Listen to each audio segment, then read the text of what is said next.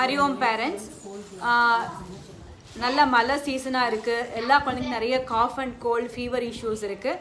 So இதுலேருந்து குழந்தைங்கள prevent பண்ணிக்கிறதுக்கு என்னென்ன பண்ணலான்னு சொல்லி கொஞ்சம் டிப்ஸ் கொடுக்குறேன். அதை நீங்கள் கண்டிப்பாக ஃபாலோ பண்ணிக்கோங்க. ஸோ ஃபஸ்ட்டு ட்ரெஸ்ஸிங், சூஸ் பண்ணுற ட்ரெஸ்ஸிங். இனிமேல் இந்த டைமில் வந்து குழந்தை கொஞ்சம் திக் லேயராக உள்ள ட்ரெஸ்ஸை போடுங்க. 2-3 லேயர்ஸ் வந்து இருக்கிற மாதிரி பார்த்துக்கோங்க. மேலே போடுற ஷர்ட்டும் சரி, ஸ்வெட்டர், அந்த மாதிரி விஷயங்கள் நல்லா ஸ்ட்ராங்காக இருக்கிற மாதிரி பார்த்துக்கோங்க. மீன்வைல் குட்டிங்களுக்கு இந்த ரெய்னி சீசனில் குவைட் ஆஃபன் யூரினேஷன் போயிட்டே இருப்பாங்க. ஸோ அதனால் வந்து நைட் டைமில் வந்து நல்லபடியாக உடனே ரீப்ளேஸ் பண்ணுற மாதிரி பார்த்துக்கோங்க, டைப்பரையோ பேண்ட்டியையோ. ஸோ மீன்வைல் வந்து ஃபுல் பேண்ட் இருக்கிற மாதிரி பார்த்துக்கோங்க. ஸோ இதுவும் கண்டிப்பாக பார்த்துக்கோங்க. ஸோ தலையும் காதில் கொஞ்சம் கவர் ஆகிற மாதிரி, உள்ளங்கையும் மீன்ஸ் பாதமும் கொஞ்சம் கவர் ஆகிற மாதிரி பார்த்துக்கோங்க. இது ரொம்ப முக்கியமானது. ஏன்னா குளிர் காற்றுங்கிறது த்ரூ இந்த சென்சிட்டிவான விஷயங்களில் கைகள் மூலமாக கால்கள் மூலமாக தான் போகிறதுக்கு நிறைய வாய்ப்பு. அதனால் வந்து கால்கள் மூலமாக குளிர் காற்று போகிறதுக்கு வாய்ப்பு இருக்கிறதுனால இந்த மூணையுமே கொஞ்சம் ப்ரொடெக்ட் பண்ணியிருக்கிற மாதிரியான ட்ரெஸ்ஸஸ், அதே மாதிரி நல்லா குளிர்படாத மாதிரியான ட்ரெஸ்ஸஸை சூஸ் பண்ணிக்கோங்க ஃபர்ஸ்ட் ஆஃப் ஆல். இது ரொம்ப முக்கியமானது. ஸோ அதே மாதிரி குழந்தைங்க வெளியே இறங்கும்போது நல்லா கம்ப்ளீட்டாக ஷூஸ் போட்டு நடக்கிற மாதிரி பண்ணுங்கள். நல்ல கிரிப் உள்ள ஷூஸை யூஸ் பண்ணுற மாதிரி பார்க்க சொல்லுங்கள். குழந்தைங்க நடக்கும்போது ஸ்லிப் ஆகாமல் பார்த்துக்கோங்க. கூடயே இருந்து கைட் பண்ணிக்கோங்க. இது ஒன்று.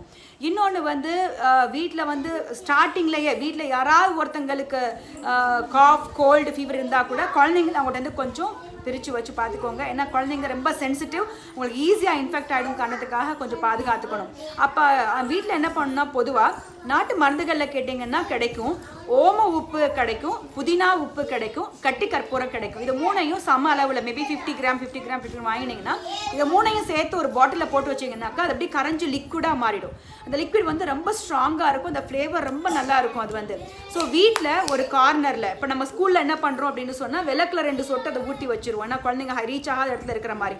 நீங்களும் வீட்டில் ஏதாவது ரீச் ஆகாத இடத்துல இருக்கிற ஒரு இடத்துல ஒரு குட்டி பாட்டில் ஒரு விளக்கேற்றி அந்த விளக்கில் இந்த கொஞ்சம் 2 ட்ராப்பை ஊற்றிட்டிங்கன்னா அந்த ஃப்ளேவர் அரோமா அந்த ரூம் ஃபுல்லாக இருக்கும். அந்த ரூம் ஃபுல்லாக இருக்கும்போது அந்த இன்ஃபெக்ஷன்ஸ் வந்து கொஞ்சம் கம்மியாகிறதுக்கு வாய்ப்புகள் ஜாஸ்தி. அதே மாதிரி அந்த இது வந்து கொஞ்சம் எரியும், ஸ்கின்ல பட்டால் அவ்வளோ பவர்ஃபுல்லாக இருக்கும். நம்ம பெரியவங்களுக்கு வந்து நேரடியாக மூக்கிலையோ த்ரோட்லேயோ செஸ்ட்லேயோ கூட அப்ளை பண்ணலாம், ஹெட்டில் கூட. பட் குழந்தைங்களுக்கு நேரடியாக அப்ளை பண்ண வேண்டாம். வாட் வி டூ, நம்ம ஸ்கூலில் கேகேஜி என்ன பண்ணுவோம்னா, ஒவ்வொரு மந்த்தும் வந்து ஒவ்வொரு அரோமா யூஸ் பண்ணுவோம். அரோமா தெரப்பிக்காக ஷர்ட்டில் அப்படி ஸ்ப்ரெட் பண்ணுவோம். அந்த அரோமா கேக் போக போக அவங்களுக்கு வந்து love and affection, positivity, qualities ஒவ்வொன்றுக்கும் ஒவ்வொரு ஃப்ளவருக்கு ஒவ்வொரு அந்த எபிலிட்டி இருக்குங்கிறத அப்ளை பண்ணுவோம். இப்போ இந்த சீசனில் என்ன பண்ணுறோன்னா, அந்த ஆயிலை மிக்ஸ் பண்ணி இந்த ஆயிலை வந்து லேசாக ட்ரெஸ்ஸில் அப்ளை பண்ணிடுங்க. குழந்தைய சுற்றி அந்த வாசனை வரும்போது அதுவும் கொஞ்சம் உங்களுக்கு வந்துட்டு அந்த நோஸ் பிளாக்லேருந்து உங்களுக்கு கொஞ்சம் ரொம்ப ஹெல்ப்ஃபுல்லாக இருக்கும், காப்பாற்றுறதுக்கு அது ஹெல்ப்ஃபுல்லாக இருக்கும். அதையும் நீங்கள் நோட் பண்ணிக்கோங்க.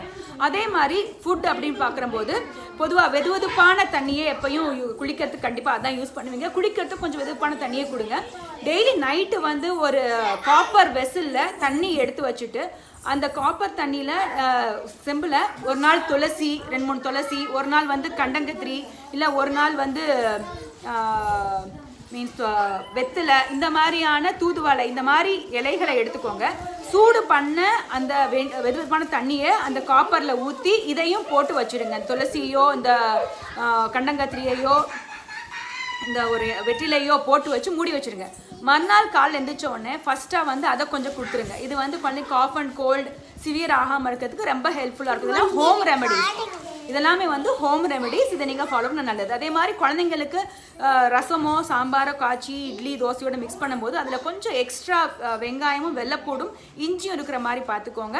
ஆனால் காரமாக இருந்தால் குழந்தைங்க சாப்பிட மாட்டாங்க. காரமாக இல்லாத மாதிரி பார்த்துக்கோங்க. கொஞ்சம் நெய்யும் ஆட் பண்ணிக்கோங்க. கொஞ்சம் காரமாக இருந்தால் கொஞ்சம் நெய்யை ஆட் பண்ணி அதை கொஞ்சம் பேலன்ஸ் பண்ணி டேஸ்ட்டை பேலன்ஸ் பண்ணி கொடுத்துருங்க. ஸோ இதெல்லாம் உணவுலையும் சேர்த்துக்கும் போதும் சரி, அப்பப்போ வந்து பாலில் சுக்கு மிளகு பொடி ஏதாவது பிடிச்சா குழந்தைங்களுக்கு பிடிச்சா சுக்கு மிளகுலாம் போடலாம், நல்லது. இல்லாத பட்சத்தில் வெந்நீரில் கொஞ்சம் ஊற்றி அப்படி நீங்கள் கொஞ்சம் ஊற்றிடலாம். இந்த மாதிரி கொஞ்சம் ரெகுலராக இப்போ வந்து சாப்பிட்ற சாப்பாடுலையும் சரி, போடுற ட்ரெஸ்லையும் சரி, சுற்றி இருக்கிற அட்மாஸ்பியர்லையும் சரி, இதையெல்லாம் நீங்கள் பார்த்துக்கிறது நல்லது. சாம்பிராணி புகை, உண்மையான சாம்பிராணி, நல்ல அனாவசியமான புகை வராது. ஆனால் அதுலேருந்து நல்ல ஒரு ஜெர்ம்ஸை கில் பண்ணுற பவர் உள்ள நல்ல சாம்பிராணி இது கிடச்சிச்சுன்னு சொன்னால் அதையும் நீங்கள் டெய்லி மார்னிங் குழந்தைங்களுக்கு இடத்துல போட்டிங்கன்னு சொன்னால் அட்மாஸ்பியரில் இருக்கிற குட்டி ஏரில் இருக்கிற குட்டி வைரஸ் இன்ஃபெக்ஷன்ஸ் வந்து இறக்குறதுக்கு வாய்ப்பு இருக்குது. அதனால் வந்து அதுலேருந்து குழந்தைங்களை ப்ரிவெண்ட் பண்ணலாம்.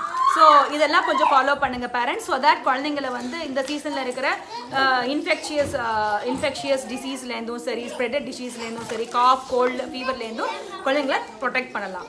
Thank you so much friends. Parents இதை கண்டிப்பாக ஃபாலோ பண்ணுங்கள். தேங்க்யூ.